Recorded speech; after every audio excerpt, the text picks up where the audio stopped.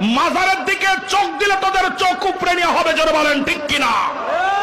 কোরআন হাদিসের দলিলের বাইরে যত মাজার আছে সব মাজার ভেঙ্গে গুড়িয়ে দাও।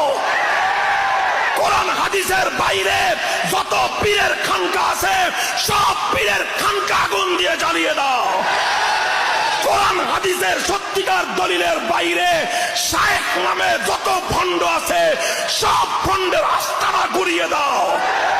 যারা কোরআন হাদিসের দলিল বাদ দিয়ে, কোরআন হাদিসের রেফারেন্স বাদ দিয়ে শুধুমাত্র কোন ব্যক্তির অন্ধ অনুসরণ করবে, সেই ব্যক্তি যত বড় পীর হোক, যত বড় বুজুর্গ হোক, যত বড় আল্লাহওয়ালার সন্তান হোক, যত বড় শেখ হোক, শুধুমাত্র কোরআন হাদিসের দলিল বাদ দিয়ে কোন ব্যক্তির অন্ধ অনুসরণ হেদায়েতের পথ হতে